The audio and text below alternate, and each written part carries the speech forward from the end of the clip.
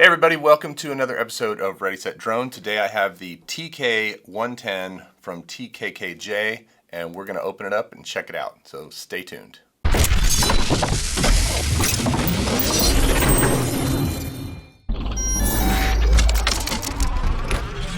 So this quad came to me from GearBest. Thank you GearBest for providing it.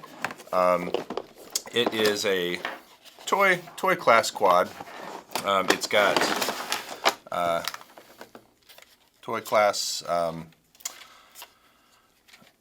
radio, which is pretty standard fare, and it comes with what looks like a 1S battery, 850 milliamp hours, 1S battery. Comes with a USB charger, and it comes with, let's see, extra propellers, prop guards, and a device that will allow you to actually connect your telephone or your phone to your controller to run the app. So put the extra props in there. Here's the screws. I think that these are probably for putting on the prop guards. We're not going to use the prop guards, so we don't need to worry about that. Battery charger. Putting all this stuff in here to get it out of the way. Now here's what's interesting to me about this quad is it's the way it folds up. It's folding up kind of in the style of a Mavic. It's nothing like a Mavic, it's going to be a lot smaller, a lot cheaper, a lot lighter, not made of the same kind of materials or has the same electronics as a Mavic. So the only comparison I'm making here is the fact that the arms fold in. It has these little buttons on the bottom that you press, and when you press the button, the arms fold out, and then they lock into place. So you can actually press these 4 buttons and take your 4 props out. There we go. And that's what it looks like when it's all folded out. Still fairly small and compact. It's a cool looking quad. Looks like it has some LEDs built into it around the arms. And then it's got this landing gear that actually also folds out.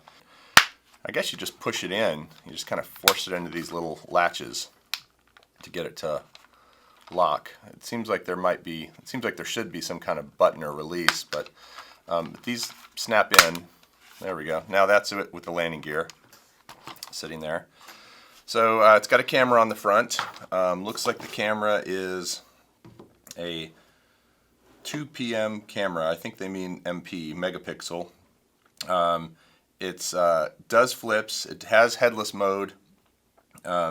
It looks like it has a barometer for altitude, and it uses Wi-Fi to transmit to your app. So now that it's all snapped together, what I probably need to do is go get some batteries for the remote and download the app and give that a shot.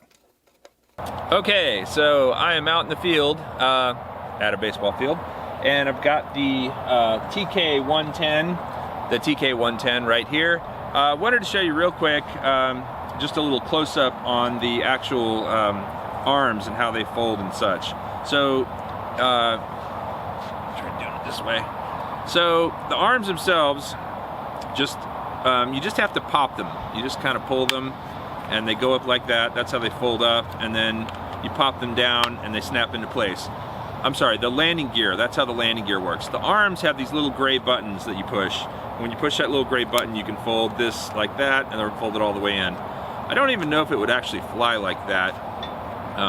No, because the propellers would collide. So you want to get them all the way extended when you're going to fly it. So I've got all 4 of those locked. You can see here, there's the camera in the front. There's where the battery goes. There's the antenna. The landing gear is all locked in place. This is the power button on the top. I'm going to go ahead and turn the remote on and turn the quad on. There's a button on the top of the quad. The little light will blink blue, and then when it stops blinking, it's bound. See it blinking blue there. Now I had this same problem a few minutes ago. I actually turned on the remote first, which is usually what you do, and then I turned on the quad and the light just blinked blue. But I'm going to try that reversing the order and see if that helps. So now the quad is off, so I'm going to turn the quad on first. Okay, the light is blinking blue. Now I'm going to turn the remote on, and the light stopped blinking blue. So you can see it's a solid blue, which means that the thing is bound and ready to fly. Now the remote itself here, I'm going to show you a couple things on it. When you pull the sticks down and to the right and hold it like that for a couple seconds, the light on the quad blinks and that re-levels it. So if you turned it on uneven ground, you can use the sticks, pulling them both down and to the right and letting the light blink. It'll level the quad and tell it what level looks like. You've also got different flight rates, which you control with this top right button. 2 beeps is high rate and 1 beep is low rate. And then your flip button is over here on the top left. And then your camera is, I guess to take a picture, you use this little switch right here. You push up to take a picture and down to take video. Now the thing does have an app, and there are QR codes available in the instructions that will allow you to download the app. I'm going to go ahead and go to the App Store. Yeah, I happen to already have this app on my phone, the Wi-Fi Go. So I'm going to go ahead and start it. And I'm going to find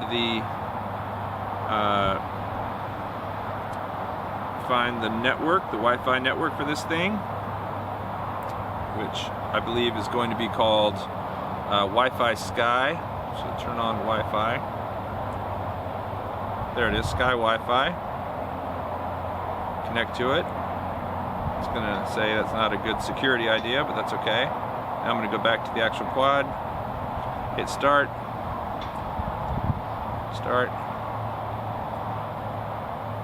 say use a remote controller, and there it is. There's my live view of the quad. So I'm going to actually see if I can record a little bit with this by hitting this video button. Yeah, so when you hit the video button, on the remote, you actually get a little video icon down here. So that tells you that you're recording. So we are now recording with it. I'm going to stop for a second and let's take it out and fly it. Okay, so I've got the quad on the ground, ready to roll. I'm going to go ahead and roll a little bit of video on the quad and push the takeoff button.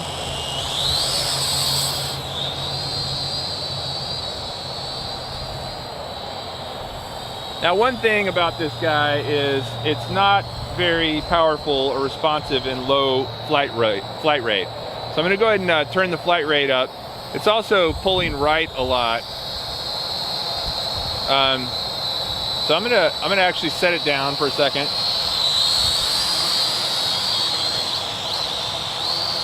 When you set it down, when you land it, you actually have to hold down the takeoff land button in order to kill the motors, which is a little bit of a pain. It takes a few seconds for the motors to stop spinning. So I'm going to level it now. Hopefully it's more level now. So I'm going to take off again, and I'm going to switch it over to high rate.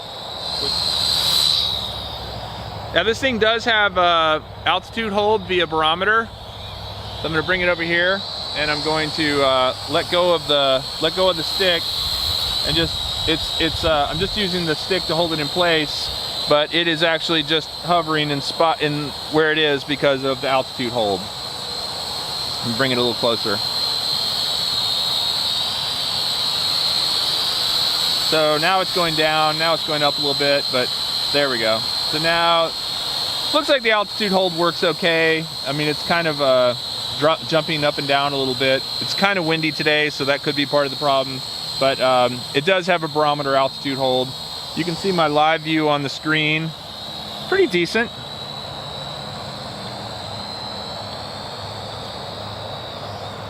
Fly back around this way.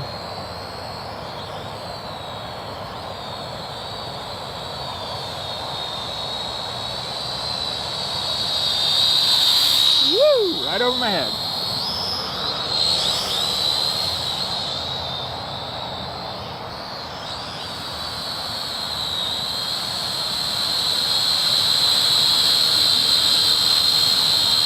There it is hovering. You kind of see the LEDs a little bit. landing gear.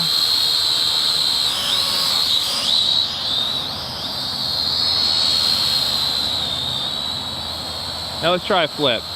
Check it out here. And here we go. Oh, didn't flip. Let's try again.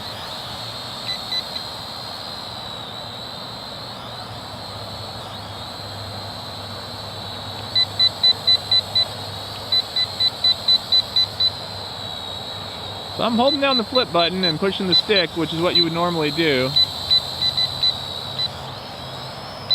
It is not flipping.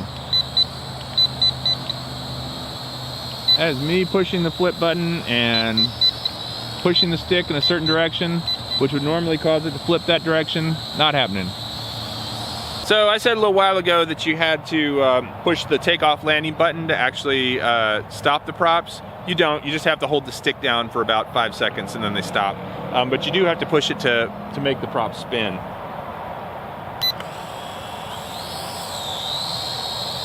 All right, so headless mode.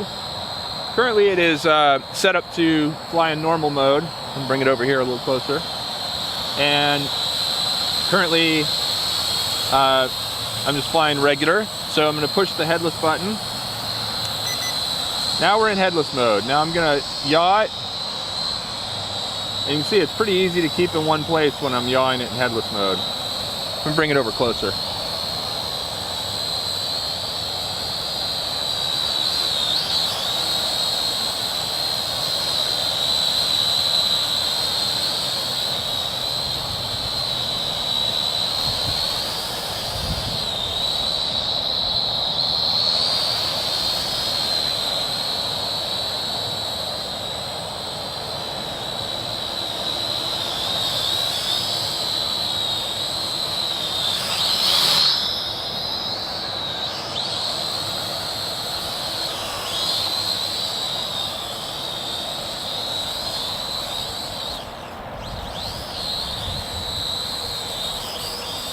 I think we might be losing battery.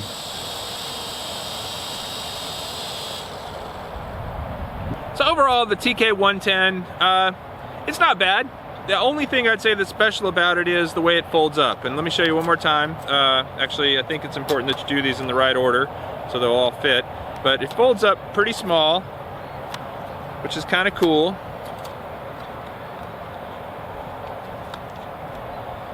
You get all four of the arms folded, and then all four of the legs popped up like this.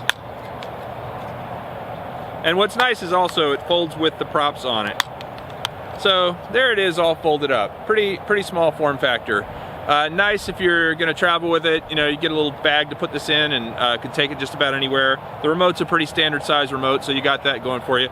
But yeah, that's really about the only remarkable thing to me about this. I don't think the footage is particularly great.